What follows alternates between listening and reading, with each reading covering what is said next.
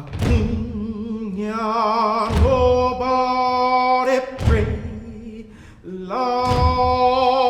Acuña, nobody pray. See, Hello, Kingdom Fellowship African Methodist Episcopal Church. It is a wonderful delight for me here at Wiley University to greet you. My name is President Herman Felton, and I serve as the 17th president here at Wiley University, home to the great debaters. I think first we must examine the landscape of America, this young nation trying to find itself in a new space, grappling with the vestiges of the enslaved African American and those trying to find their rightful place in this place we call the United States of America. It was a pivotal time for growth. It was a pivotal time for claiming our rightful place in today's society or at that present day society. What we knew that was very clear, which really occurred and brought to fruition, was this great debate between educators around the newly freed enslaved African American and what type of education he needed. There was those who espoused that the technical education was most important, and obviously those on the other side who believed that the liberal arts education was important. We knew coming out of that great debate down in Atlanta that there needed to be an education received regardless of which one it was. And Wiley found itself in a place in history where folks dared to dream aloud. The notion that we could be amazing in everything that we decided to do was something that I don't think people could really grasp given the challenges that we were faced with. But here you have an institution with meager resources, but great potential, dreaming, daring to dream to be amazing. And in that, President Dogan, our 7th president, knew that this ability to debate civilly was important for the newly freed slave, and he set out about finding someone who could create a program for the great debaters. Really everything. It seems as if the jaded side of me seems to say that not much has changed, but we know that there is progress, right? You can't lynch a person in America today the way in which you did. The techniques have changed. There is what some believe to be high-tech lynching, white-collar lynching, but at the end of the day, the goalpost has moved. But it is not, commonplace to force upon us ways, thoughts, ideas that were prevalent back then. What wasn't prevalent back then was the freedom to get an education. It's quasi-prevalent now. The Supreme Court just struck down race as a determining factor or a factor in admissions. So in a lot of ways, the progress that was fought for is eroding. But with the exception of people not being able to outwardly discriminate against us, it is manifesting itself in different ways.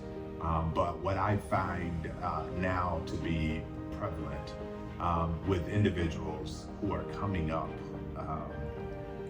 is this tenacity to be great and this unmitigated gall to know no boundaries and even to operate in the social constructs that many of us did. I think what was amazing then and now was that religion, faith, and personal vocation with God was prevalent.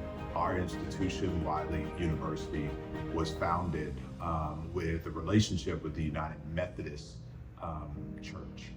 And as such, even today, Our outward expressions of our faith, our ethos, the Judeo-Christian principles that we believe are really important are front and center here. When you think about the Sermon on the Mount and what was given to the people was really a guidebook to live. And that has manifested itself in many different ways here at the institution. Fundamentally, this institution is founded on hope and prayer. And we believe that hope is this thing that is omnipresent, but gives you the courage to chase after it daily. And the joy of being able to talk about our love for Christ is unmatched, unparalleled. And I think one of the very reasons why 150 years later, we're still here today. So how we manifest that is it's done every day. Talking about God, talking about a relationship, but more importantly, modeling the behaviors of those in the kingdom. We get to do that on a daily basis, and it's why I'm so very proud to be the president at Wiley University. When we think about finding our tribe, finding space to be seen, finding people, our people, or my kind of people, that transcends race, creed, color, and religious beliefs. That is about a space that identifies you as a contributor. That's a space that holds you, most importantly, accountable to the things that you say are really important. The team concept really means that we have an opportunity to learn what it means to be collaborators, to learn how to work towards a common goal, to understand what it means to make ourselves smaller for the individual good, so that we can be larger for the greater good. There are so many lessons that come with the notion of teammate, the diverse thoughts. I think that it is so important that we follow the African proverbs that really talk about this idea of making progress. And it intimates that if you want to go far, go alone. But if you want to go farther, go with, right? And the strength of the pride talks about what can happen. There are so many, ideals and thoughts that permeate this nation around the idea of what it means to be a team. And when you think about how we were founded as Christians and the idea that Jesus had for us, he knew that man needed an equal teammate. And so he created woman. And I think at the very essence, when we think about fundamentally what happens when partnership is prevalent and working on all scales, you understand the benefit. I think we understand for a very simple, on a very simple premise, what happens when you're alone. It makes for a difficult road to hoe. Be bold, be audacious, have tenacity, humility, be unresolved in this idea that you can't do something. Be yet resolved in the notion that there is absolutely nothing that you can't do. When we think about the trials and tribulations of the great debaters, I want you to juxtapose the environment that they came up in and the excellence that they displayed. Now juxtapose that with the environment that you're coming up in. You're not traveling with restrictions. You're not restricted from moving into spaces and places that you do every day. You haven't been told that you can't attend an institution simply because of the color of your skin. You did not have to navigate mobs that wanted to lynch you.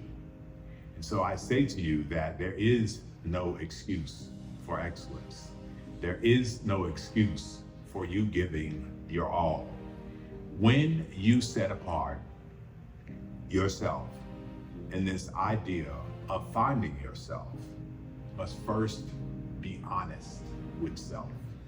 Second, you should always lean on this notion of accountability. Thirdly, that faith. These are not in order. That faith has to be in a space that is immovable and unshakable. And I think when you do that, when you're clear about what you want to do, and you resist what should be regulated drug of peer pressure, to be bold. And it is okay if you dress differently. It's okay if you think differently. And it's okay if you espouse to do things differently, i.e. your way. What should be common thread is that you do what you do with excellence. You do what you do with kindness, and you do what you do as a child of God in a way that would make the name on the back of your jersey proud to call you their own. As a young Marine, I was diagnosed with dyslexia. And one of the ways to help me manage that was to read. And I remember my therapist saying to me, what subject is important to you? What subject do you most like to think about? And that for me was history, African American history, Black history. Excited about understanding how we as a people who were enslaved have been able to dominate in every space that we occupy.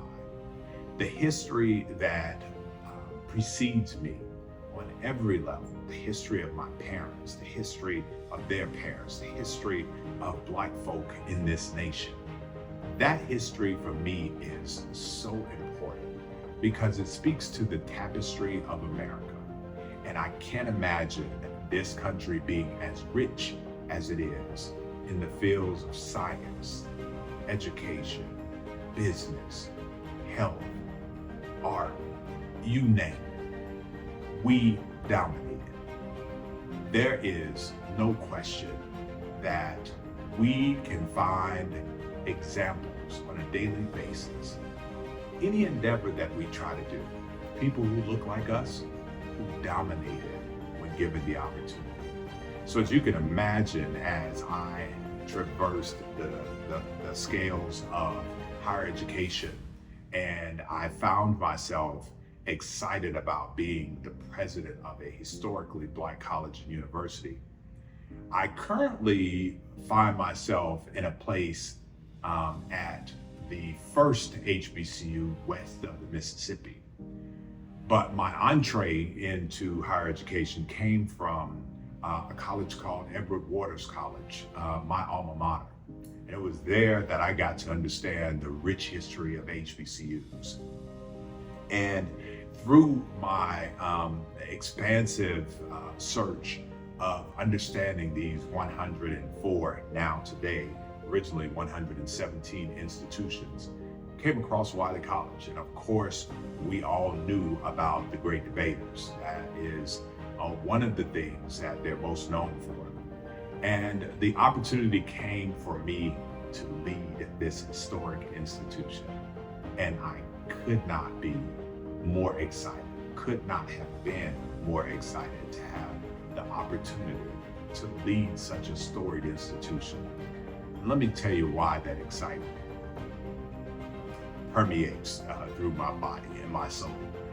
It's because there's an identifying fact that all those who know anything about HBCUs and many of the general public, thanks to Oprah Winfrey and Denzel Washington, they came to know the story of the great debaters.